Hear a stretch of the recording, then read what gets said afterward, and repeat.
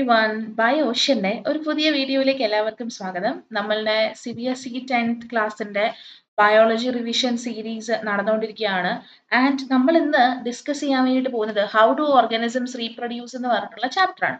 ഈ ചാപ്റ്ററിലെ ഏറ്റവും റിപ്പീറ്റഡ് ആയിട്ടുള്ള കുറേ ക്വസ്റ്റ്യൻസ് ഒക്കെ ആയിട്ടാണ് ഞാൻ ഇന്ന് എത്തിയിരിക്കുന്നത്. കുറേ ക്വസ്റ്റ്യൻസ് നമ്മൾ ഇന്ന് ആൻസർ ചെയ്യുന്നുണ്ടായിരിക്കും. അപ്പോൾ അതുകൊണ്ട് തന്നെ ഈ വീഡിയോ അവസാനം വരെ സ്കിപ്പ് ചെയ്യാതെ കാണാനായിട്ട് ശ്രമിക്കുക. നിങ്ങളുടെ ഫ്രണ്ട്സ് ആൻഡ് ഫാമിലിയിൽ ആരെങ്കിലും ഒക്കെ 10th ബോർഡ് എക്സാം എഴുതാൻ ഇരിക്കുന്നവരുണ്ട് എന്നുണ്ടെങ്കിൽ അവർക്ക് കൂടെ നമ്മുടെ ചാനലും നമ്മുടെ വീഡിയോസ് ഒക്കെ ഒന്ന് ഷെയർ ചെയ്ത് കൊടുക്കുക. അതുപോലെ തന്നെ ആരെങ്കിലും ഒക്കെ നമ്മുടെ ചാനൽ ആദ്യമായിട്ടാണ് എന്നുണ്ടെങ്കിൽ ദയവായിട്ട് നമ്മുടെ ചാനൽ ഒന്ന് സബ്സ്ക്രൈബ് ചെയ്യുക, തൊട്ടടുത്തുള്ള ബെല്ലൈക്കൺ കൂടെ പ്രസ് ചെയ്യുക. അപ്പോൾ നിങ്ങൾക്ക് ഞാനെടുത്ത വീഡിയോസിന്റെ നോട്ടിഫിക്കേഷൻസ് ഉടനടി ലഭിക്കുന്നതായിരിക്കും. ഓക്കെ, അപ്പൊ ഏറ്റവും ആദ്യം നമ്മളുടെ ഫസ്റ്റ് ക്വസ്റ്റ്യൻ ഏതാണ് എന്നുള്ളത് നമുക്ക് നോക്കാം. Question 1. Reproduction is one of the most important characteristic of living beings. Give 3 reasons in support of the statement. Reproduction ആണ് നമ്മളുടെ ലിവിങ് ബീയിങ്സിലെ വൺ ഓഫ് ദ ഇമ്പോർട്ടന്റ് ആയിട്ടുള്ള ക്യാരക്ടറിസ്റ്റിക് എന്നാണ് പറയുന്നത്. ഇതിനെ സപ്പോർട്ട് ചെയ്യുന്ന 3 റീസൺസ് പറയാൻ വേണ്ടിയിട്ടാണ് ആവശ്യപ്പെട്ടിരിക്കുന്നത്. മൂന്നേ റീസൺസ് പറഞ്ഞാൽ മതി. ഒരുപാട് റീസൺസ് നമുക്ക് കൗണ്ട്ലെസ് ആയിട്ട് കിട്ടും. അത്രയൊന്നും വേണ്ട. 3 റീസൺസ് മെൻഷൻ ചെയ്യുക. So that it States that this reproduction is one of the most important characteristic of human beings അല്ലെ. അപ്പോൾ ഏതായിരിക്കും ആ മൂന്ന് റീസൺസ്? പെട്ടെന്ന് തന്നെ ആൻസർ ചെയ്യാൻ വേണ്ടിയിട്ട് ശ്രമിക്കുക. ആൻഡ് മിസ് ആൻസർ ചെയ്യുമ്പോൾ അതിലില്ലാത്ത നിങ്ങൾക്ക് സ്പെഷ്യൽ ആയിട്ട് നിങ്ങളുടെ കയ്യിൽ നിന്ന് ഉള്ള നിങ്ങളുടെ ഡിഫറെൻ്റ് ആയിട്ടുള്ള ആക്യുറേറ്റ് ആയിട്ടുള്ള ആൻസേഴ്സ് ഉണ്ടെങ്കിൽ കമന്റ് സെക്ഷനിലൂടെ അറിയിക്കാനായിട്ട് ഒരു മടിയും കാണിക്കേണ്ട. കമന്റ് സെക്ഷനിലൂടെ അറിയിക്കുക കേട്ടോ. ഓക്കെ, അപ്പോൾ നമുക്ക് വൈകിക്കാതെ നമുക്ക് ഇതിന്റെ ആൻസർ നോക്കാം. യെസ്, 3 പോയിന്റ്സ് എന്ന് പറഞ്ഞിരിക്കുന്നത് കൊണ്ട് 3 പോയിന്റ്സ് ആണ് മിസ് ആഡ് ചെയ്തിരിക്കുന്നത്. That is essential for the existence and continuity of A species. ഒരു സ്പീഷീസ് കണ്ടിന്യൂ ചെയ്ത് പോകാനും അത് ഈ ഭൂമിയിൽ നിലനിൽക്കാനും ഒക്കെ വേണ്ടിയിട്ട് എന്ത് വേണം? റീപ്രൊഡക്ഷൻ ആവശ്യമാണ് അല്ലെ. പിന്നെ അതുപോലെ തന്നെ നമ്മളുടെ ജനറ്റിക് ഇൻഫർമേഷൻ അടുത്തൊരു തലമുറയിലേക്ക് പാസ് ചെയ്ത് പോകുന്നതിന് വേണ്ടിയിട്ടും റീപ്രൊഡക്ഷൻ ആവശ്യമാണ്. ആൻഡ് സിമിലർ ആയിട്ട് നമ്മൾക്കറിയാം സെക്ഷൽ റീപ്രൊഡക്ഷൻ ചെയ്യുന്ന എല്ലാ ജീവികളിലും ഒരു പ്രധാനപ്പെട്ട ഒരു ക്യാരക്ടർ എന്ന് പറയുന്നത് വേരിയേഷൻ ഉണ്ടാകും എന്നുള്ളതാണ് അല്ലെ. അപ്പൊ അതുകൊണ്ട് അടുത്ത ജനറേഷനിലേക്ക് ഈ വേരിയേഷൻസിനെ കൊണ്ടുവരാൻ വേണ്ടിയിട്ട് ഹെൽപ്പ് ചെയ്യുന്നതും ആര് തന്നെയാണ്? ഈ പറയുന്ന റീപ്രൊഡക്ഷൻ തന്നെയാണ് എന്നുള്ളത് ഒന്ന് ഓർത്ത് വെച്ചിരിക്കാം. ഓക്കെ, അപ്പൊ അത്രയും കാര്യങ്ങളാണ് പ്രധാനമായിട്ടും പറയുന്നത്. ഇതിൽ നിന്ന് വ്യത്യസ്തമായിട്ടും എന്നാൽ അടിപൊളിയായിട്ടുള്ള എന്തെങ്കിലും ആൻസേഴ്സ് ഒക്കെ നിങ്ങളുടെ കയ്യിലുണ്ടെങ്കിൽ കമന്റ് സെക്ഷനിലൂടെ അറിയിക്കാനായിട്ട് മടി കാണിക്കണ്ട. ഓക്കെ, അപ്പൊ നമുക്ക് വൈകിക്കേണ്ട അടുത്ത ക്വസ്റ്റ്യൻ ഏതാ നോക്കാം. അടുത്ത ക്വസ്റ്റ്യൻ ഏതാ? Tabulate any two differences between binary fission and multiple fission. Multiple ഫിഷനും ബൈനറി ഫിഷനും തമ്മിലുള്ള വ്യത്യാസങ്ങൾ കാണിക്കുന്ന രണ്ട് ഡിഫറൻസസ് കാണിക്കുന്ന ഒരു ടേബിൾ റെഡിയാക്കാനാണ് നിങ്ങളുടെ അടുത്ത് ആവശ്യപ്പെട്ടിരിക്കുന്നത്. അപ്പോൾ ഒരു ടേബിൾ വരയ്ക്കുക. ടാബുലേറ്റ് എന്ന് പറഞ്ഞിട്ടുണ്ടെങ്കിൽ ടേബിളായിട്ട് തന്നെ ആൻസർ കൊടുക്കാൻ വേണ്ടിയിട്ട് ശ്രമിക്കണം. ഡിഫറൻസസ് എന്നൊക്കെ കാണുമ്പോൾ ജസ്റ്റ് ഹെഡിങ് എഴുതിയിട്ട് ആൻസർ ചെയ്യാൻ വേണ്ടിയിട്ട് വരയുണ്ടാവും, ഒരു ഏർജ് ഉണ്ടാവും അല്ലെ. അങ്ങനെ ചെയ്യരുത്. ടാബുലേറ്റ് എന്നാണ് പറഞ്ഞിരിക്കുന്നത്. So you have to make a table and you have to give headings like binary fission and multiple fission and അതിൽ നിന്ന് നിങ്ങൾക്ക് ആൻസർ എഴുതാവുന്നതാണ്. ഓക്കെ ഓക്കെ, അപ്പൊ 2 ഡിഫറൻസസ് എഴുതിയാൽ മതി. 2 ഡിഫറൻസസ് എഴുതുക എന്ന് പറഞ്ഞു കഴിഞ്ഞാൽ ബൈനറി ഫിഷിന്റെ 2 ഡിഫറൻസസ്, മൾട്ടിപ്പിൾ ഫിഷിന് 2 ഡിഫറൻസസ്, അങ്ങനെ ടോട്ടൽ 4 എഴുതേണ്ടതായിട്ട് വരും കേട്ടോ.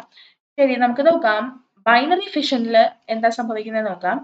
Parent organism splits to form 2 new organisms. 2 പുതിയ ഓർഗാനിസം ആയിട്ടാണ് പാരന്റ് ഓർഗാനിസം സ്പ്ലിറ്റ് ചെയ്തിട്ടുണ്ടായിരിക്കുക. As such we can see that in amoeba, paramecium പോലെയുള്ള ആളുകൾ അല്ലെ, അതുപോലെയുള്ള ജീവികൾ. ഇനി മൾട്ടിപ്പിൾ ഫിഷനിലേക്ക് വരുമ്പം it is like this parent organism split ചെയ്ത് ഒരുപാട് ജീവികൾ ഉണ്ടാകുന്ന, ഒരുപാട് ഓർഗാനിസംസ് ഉണ്ടാകുന്ന at the same time form ചെയ്യുന്ന രീതിയിലുള്ളതാണ് മൾട്ടിപ്പിൾ ഫിഷൻ എന്ന് പറയുന്നത്. For example plasmodium. ഇനി സെക്കൻഡ് ഡിഫറൻസ് എന്തായിരിക്കുന്നത് എന്നുള്ളത് നോക്കാം.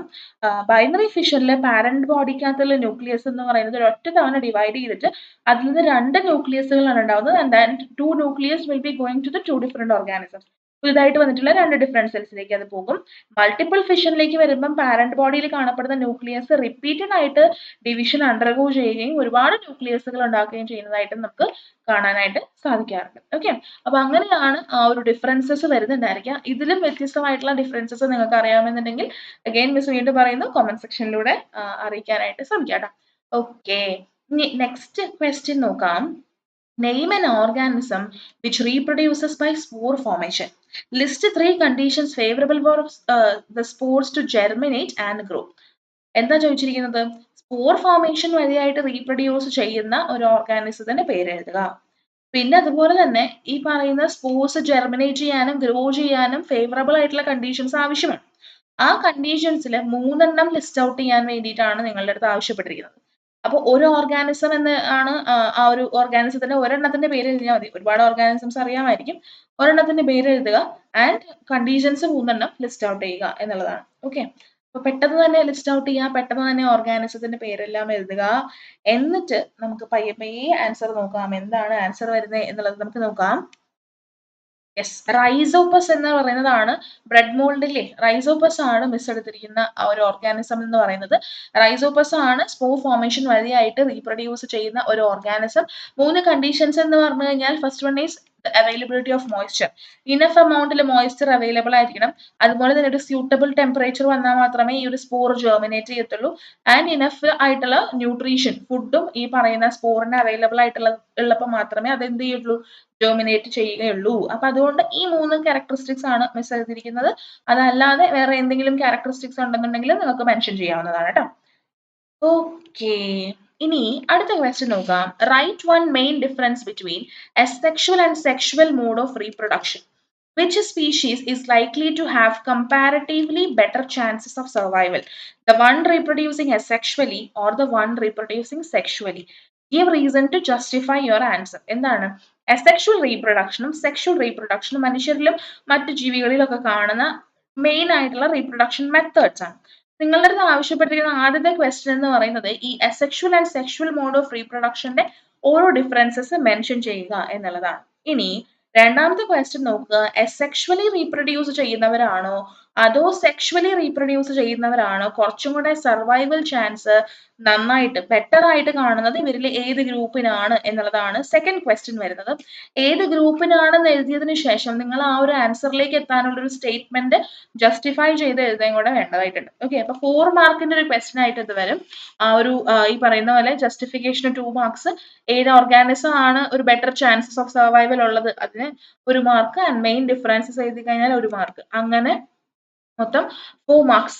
ചിലപ്പം ഇത് 3 മാർക്കിന്റെ ഒരു ക്വസ്റ്റ്യൻ ആയിട്ടും പലപ്പോഴും എന്ത് ചെയ്യാറുണ്ട്, ചോദിക്കാറുണ്ട് എന്നുള്ളതൊന്ന് ഓർത്ത് വെച്ചിരിക്കുക കേട്ടോ. ഓക്കെ, അപ്പൊ നമുക്ക് ആൻസർ നോക്കേണ്ടതായിട്ടുണ്ട്. ആൻസർ നോക്കാം, നമുക്ക് ആൻസർ നോക്കാം. യെസ്, ആൻസർ എന്ന് പറഞ്ഞു കഴിഞ്ഞാൽ that is first one is നമുക്ക് asexual and sexual mode of റീപ്രൊഡക്ഷനിലുള്ള ഡിഫറൻസസ് എന്താണ് എന്നുള്ളത് നമുക്ക് നോക്കാം. asexual റീപ്രൊഡക്ഷന്റെ കാര്യമാണ് മിസ് ആദ്യം പറയാൻ വേണ്ടിയിട്ട് പോകുന്നത്. നോക്കുക, gametes are not formed, hence fertilisation does not takes place. അല്ലെ, മെയിൻ പോയിന്റ് ആണ്. ഞാൻ എപ്പോഴും പറയാറുള്ളത് പോലെ തന്നെ നിങ്ങളുടെ അടുത്ത് എന്തിന്റെങ്കിലും ഡിഫറൻസസ് പോയിന്റ് ഔട്ട് ചെയ്യാൻ പറയുമ്പോൾ നമുക്ക് എല്ലാവർക്കും ഒരു ടെൻഡൻസി ഉണ്ടായിരിക്കും ലൈക്ക് ആ എൻഡയർ പഠിച്ചു വെച്ചത് മൊത്തം എഴുതുക. പക്ഷെ ഇവിടെ സ്പെസിഫിക് ആയിട്ട് പറഞ്ഞിട്ടുണ്ട്, നമ്മൾ ആൻസർ ചെയ്യുന്ന രണ്ടാമത്തെ ക്വസ്റ്റ്യൻ ആണ് ഡിഫറൻസസ് ഇത്ര എണ്ണം എഴുതിയാൽ മതി എന്ന് സ്പെസിഫിക് ആയിട്ട് പറയുന്നുണ്ട്. ഒരു 3 മാർക്കിന്റെ ക്വസ്റ്റ്യൻ ഒക്കെ ആയിട്ടാണ് നിങ്ങളുടെ അടുത്ത് ഡിഫറൻസസ് ചോദിച്ചിരിക്കുന്നതെന്നുണ്ടെങ്കിൽ നിങ്ങൾ പഠിച്ച അത്രയും എഴുതുന്നത് കൊണ്ട് പ്രശ്നമില്ല. പക്ഷെ ഇവിടെ സ്പെഷ്യൽ ആയിട്ട് മെൻഷൻ ചെയ്തിട്ടുണ്ട് ഇത്ര ഡിഫറൻസസ് മതി. അങ്ങനെ വരുമ്പോൾ നമ്മൾ അത്രയും ഡിഫറൻസസ് എഴുതേണ്ട ആവശ്യമേ ഉള്ളൂ.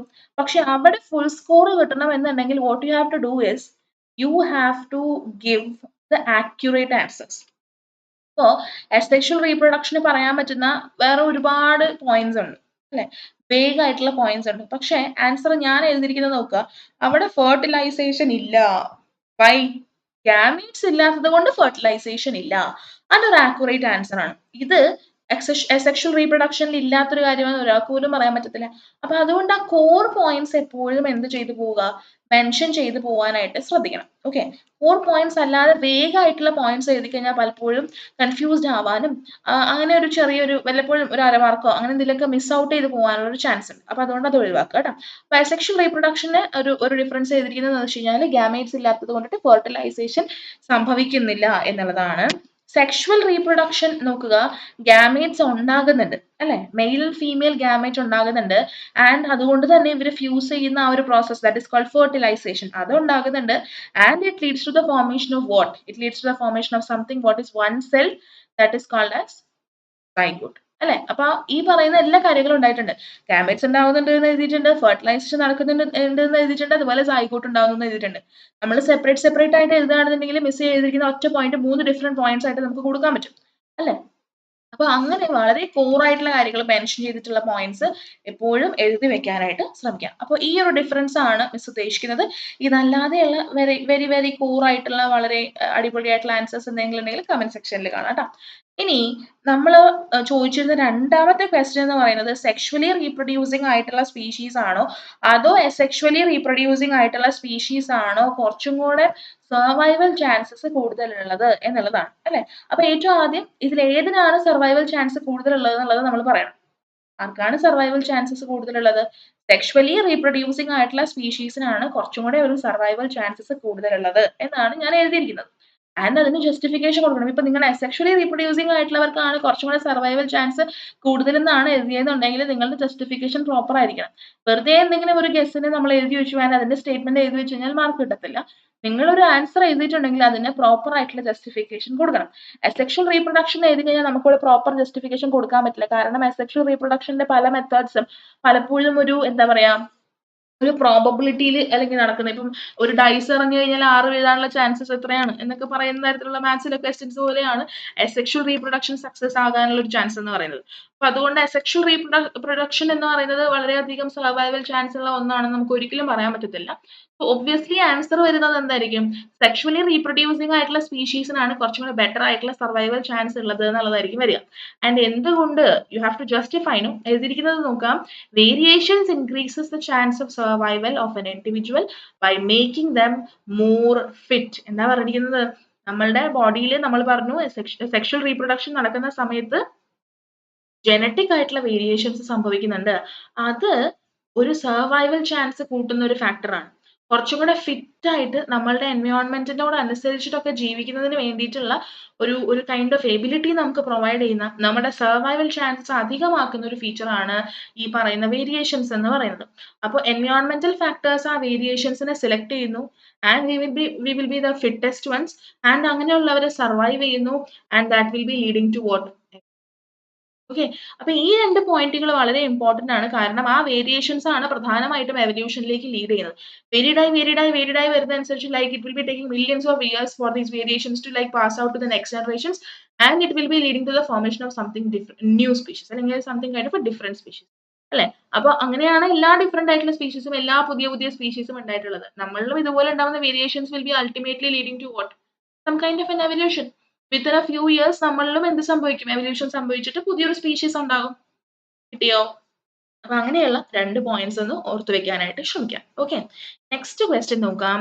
List 2 common signs of sexual maturation in boys and girls. 2 common ആയിട്ടുള്ളത് അല്ലെ. സയൻസ് ഓഫ് സെക്ഷൽ മെച്ചുറേഷൻ എന്ന് പറയുമ്പോൾ തന്നെ നമുക്ക് ബോയ്സ് ആൻഡ് ഗേൾസ് എന്ന് പറയുമ്പോൾ തന്നെ നമുക്ക് കുറേ പോയിന്റ്സ് ഓർമ്മ വരും അല്ലെ.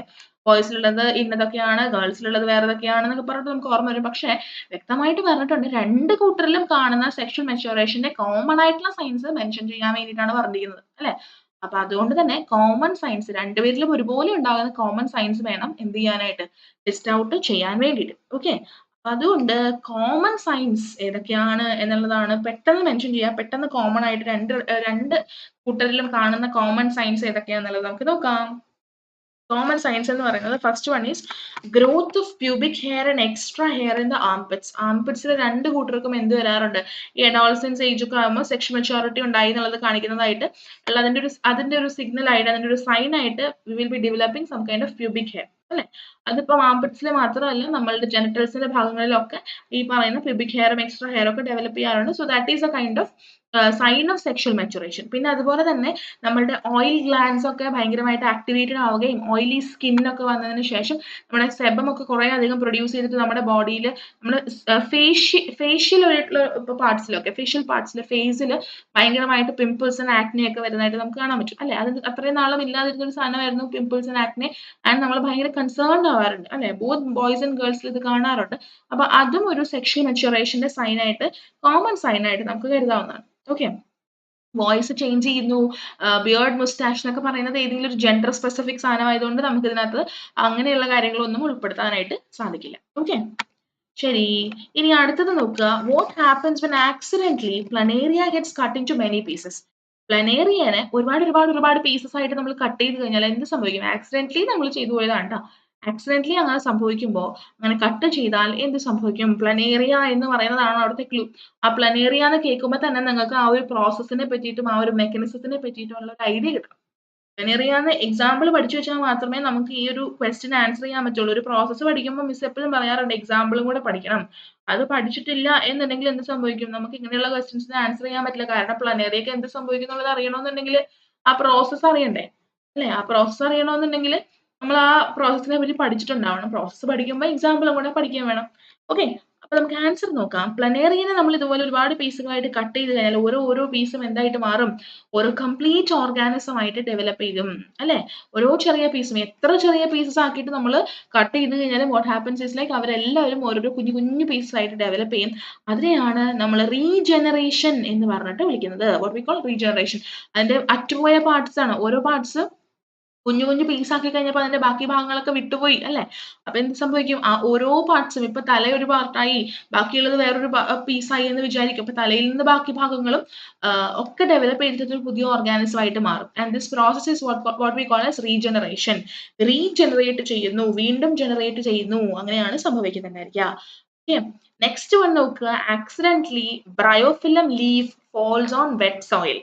ആക്സിഡന്റലി എന്ത് സംഭവിക്കുന്നു? ബ്രയോഫിലത്തിന്റെ ലീഫ് നനഞ്ഞ മണ്ണിലാണ് വീണിട്ടിരിക്കുന്നത്. ഓക്കെ, വീണിരിക്കുന്നത് നനഞ്ഞ മണ്ണിലാണ്. അങ്ങനെയാണെങ്കിൽ എന്ത് സംഭവിക്കും? ഒരു ബ്രയോഫിലം എന്ന് പറയുന്നത് ഒരു പ്ലാന്റ് ആണ്.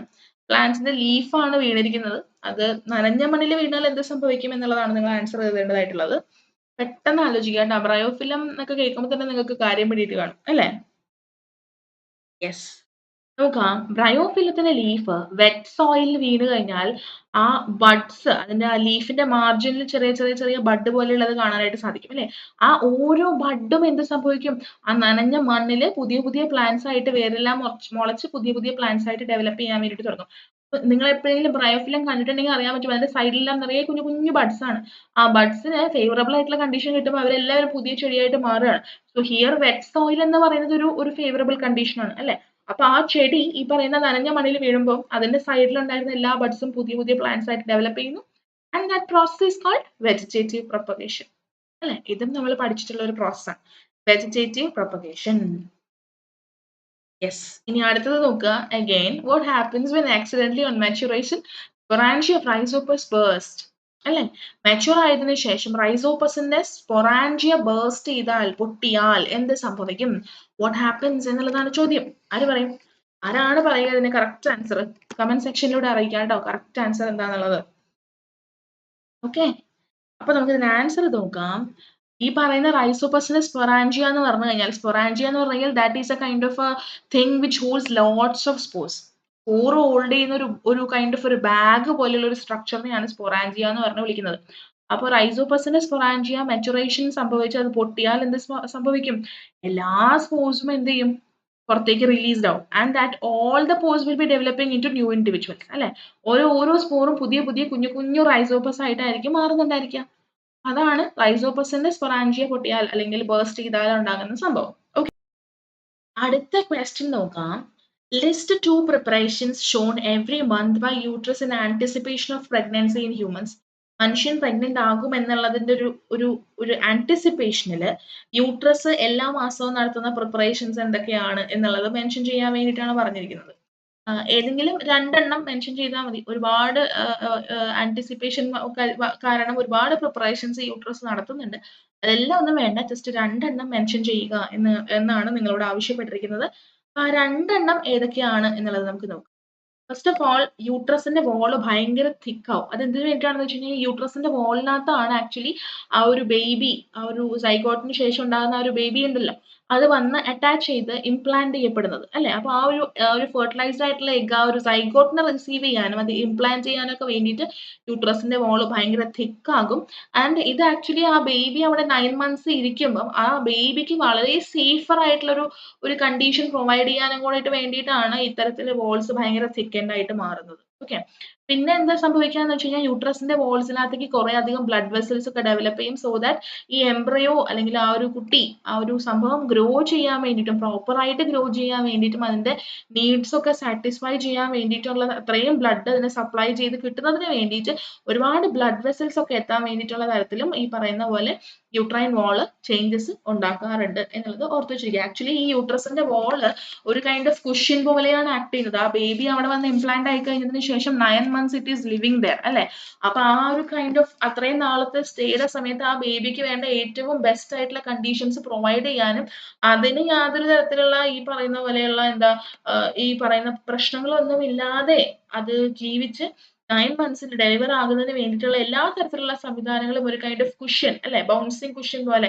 നമ്മളിപ്പം ഭയങ്കര ഒരു വീഴ്ചയൊന്നും അല്ല, ഒരു സിമ്പിൾ ആയിട്ടുള്ള ഒരു വീഴ്ചയൊക്കെ വീണ് കഴിഞ്ഞാലും അതിന്റെ പ്രശ്നങ്ങളൊന്നും പറ്റാത്ത തരത്തിലുള്ള ഒരു കൈൻഡ് ഓഫ് ഒരു എൻവയോൺമെന്റ് ആയിരിക്കും പ്രിപ്പയർ ചെയ്തിട്ടുണ്ടായിരിക്കും. ഓക്കെ, അപ്പൊ അങ്ങനെയാണ് കാര്യങ്ങൾ. അപ്പൊ ഏതെങ്കിലും 2 പ്രിപ്പറേഷൻസ് എഴുതാനാണ് നമ്മളോട് ആവശ്യപ്പെട്ടിരിക്കുന്നത്. 2 പ്രിപ്പറേഷൻസ് നമ്മൾ ഓൾറെഡി മെൻഷൻ ചെയ്ത് കഴിഞ്ഞു. ഇനി നമുക്ക് അടുത്ത ക്വസ്റ്റ്യൻ നോക്കാം. Name the following. Okay, 1 mark question ആണോ എന്നുള്ളത് നമുക്ക് നോക്കാം. എന്തായാലും ആദ്യത്തത് 1 മാർക്ക് ക്വസ്റ്റ്യൻ ആണ്. Thread like non reproductive structures in rhizopus. റൈസോപ്പസിൽ കാണുന്ന ത്രെഡ് ലൈക്ക് ആയിട്ടുള്ള നോൺ റീപ്രൊഡക്റ്റീവ് സ്ട്രക്ചർ എന്താണ്? ഓക്കെ, ഇനി സെക്കൻഡ് വൺ നോക്കുക. Blobs that develop at the tip of the non reproductive thread in rhizopus. നമ്മൾ നോൺ റീപ്രൊഡക്റ്റീവ് ത്രെഡ് എന്താണെന്നുള്ളത് ആദ്യം എഴുതണം. എന്നിട്ട് അതിന്റെ അറ്റത്ത് ഒരു ബ്ലോബ് പോലെ കാണാൻ പറ്റും. അതിന്റെ പേര് എന്താണെന്നുള്ളതാണ് സെക്കൻഡ് എഴുതേണ്ടത്. മൂന്നാമത്തത് നോക്കുക. Explain how these structures protect themselves and what is the function of these structures released from the blob in rhizopus. എങ്ങനെയാണ് ഈ ഓരോ സ്ട്രക്ചറും സ്വന്തമായിട്ട് പ്രൊട്ടക്ട് ചെയ്യുന്നത് എന്നുള്ളതും ആൻഡ് ഈ ബ്ലോബിൽ നിന്ന് റിലീസ് ചെയ്യുന്ന സ്ട്രക്ചേഴ്സ് ഉണ്ടല്ലോ, അതിന്റെ പേര് നമുക്ക് അറിയത്തില്ല, അതിന്റെ ഫംഗ്ഷൻ എന്താണ് എന്നുള്ളതുമാണ് നമ്മൾ മെൻഷൻ ചെയ്യേണ്ടതായിട്ടുള്ളത് അല്ലെ. ഇത് ബേസിക്കലി ഈ ഒരു വീഡിയോയിൽ കൂടുതലും നമ്മൾ sexual mode of reproduction base ചെയ്തിട്ടുള്ള ക്വസ്റ്റ്യൻസ് ആണ് അല്ലെ. അപ്പൊ അടുത്ത വീഡിയോയിൽ എന്തായാലും സെക്ഷൽ റീപ്രൊഡക്ഷൻ ബേസ് ചെയ്തിട്ടുള്ള ക്വസ്റ്റ്യൻസ് കൊണ്ടുവരാം കേട്ടോ.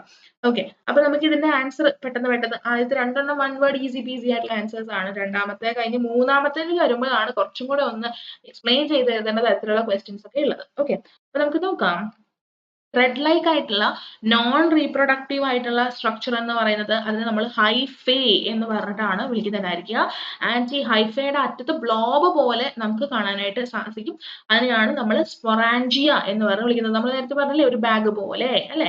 ആ സ്പൊറാൻജിയ എന്ന് പറയുന്നത് ആ ബ്ലോബിനെയാണ്. സ്പൊറാൻജിയക്കകത്ത് എന്തുണ്ടായിരിക്കും? നിറയെ സ്പോർസ് ഉണ്ടായിരിക്കും അല്ലെ. ആ സ്പോർസ് ആണ് ഈ സ്പൊറാൻജിയ ബേസ്റ്റ് ചെയ്യുമ്പം സ്പൊറാൻജിയ തുറന്ന് പുറത്തേക്ക് വരുന്നുണ്ടായിരിക്കുക. ആൻഡ് സ്പൊറാൻജിയയിൽ നിന്ന് പുറത്തേക്ക് വരുന്ന ഈ സ്പോർസ് ആണ് റൈസോപ്പസിന്റെ പുതിയ ഇൻഡിവിജ്വൽസ് ആയിട്ട് ഡെവലപ്പ് ചെയ്യുന്നത്. ആൻഡ് ഒരു കാര്യം മനസ്സിലാക്കുക, ഈ സ്പോർസ് എന്ന് പറയുന്നത് എത്ര എക്സ്ട്രീം ആയിട്ടുള്ള കണ്ടീഷൻസിലും ജീവിക്കാൻ പറ്റുന്ന തരത്തിൽ ആണ് അതിന്റെ സെറ്റപ്പ്.